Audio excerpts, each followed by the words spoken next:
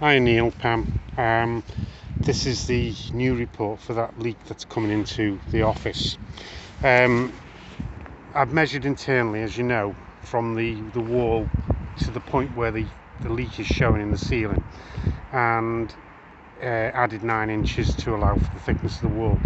Marked it up here on the roof, and that little piece of cream coloured stuff there marks the point where the water's coming in, although to be fair it's further in this way, which makes me think that it's actually a roof leak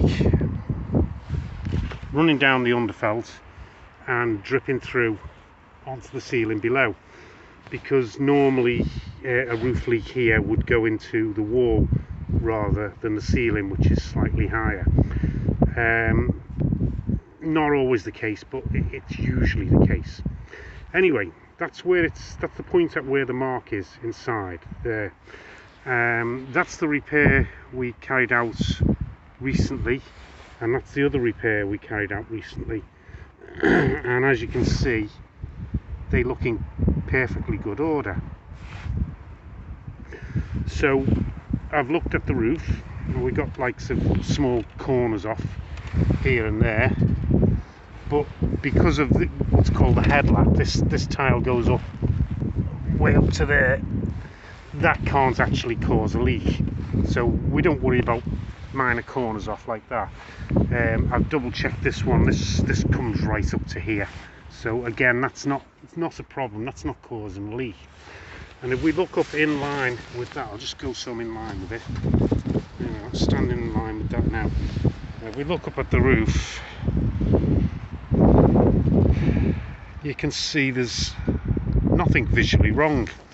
You look at all the underlaps and they're all intact.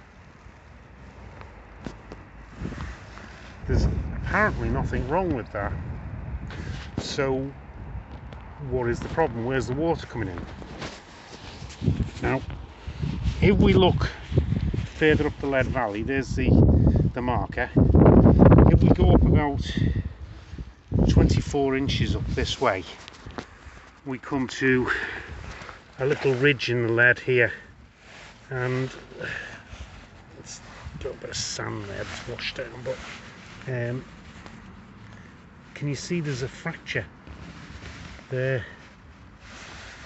Now I'm wondering that if this fills up with water in a heavy rain downpour, if that's getting pooled water on it, and if so, I think that could be what's causing our problem. So what I'm going to do now is, on the assumption that that is the case, I'm going to go and get a dustpan and brush and just clean up this crap here, give it a good wipe down with alcohol, and then I'm going to treat this crack here, which is this is actually, by the looks of it, an old repair. I don't know how old, but it looks like an old repair. So anyway, we'll deal with that, or should I say I will deal with that, because I'm on my own today, and let's hope that that's what it is. Also, while I'm up here, I've got some good news regarding the drip in your bedroom. Let me show you. Now, as you know, we speculated that it was coming in underneath that trim at the edge. We further speculated that it could be coming in through these tile joints here, because you shouldn't have a joint so close to the edge there like that, and that's an error. So what we did was we sealed it with exterior acrylic sealant before we left, but as you can see, that's all washed out. Now clearly that must have rained heavily within 12 hours of us leaving, because this doesn't reach waterproof levels for 12 hours, unfortunately.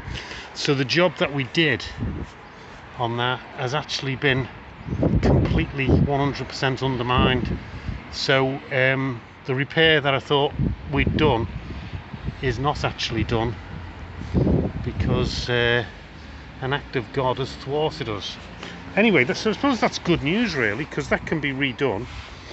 I don't plan to do that today because I'm on my own. I'll come back with Craig and we'll reseal that. Obviously we will check the weather forecast to make sure we've got a good 12-hour window before we go ahead. End of report.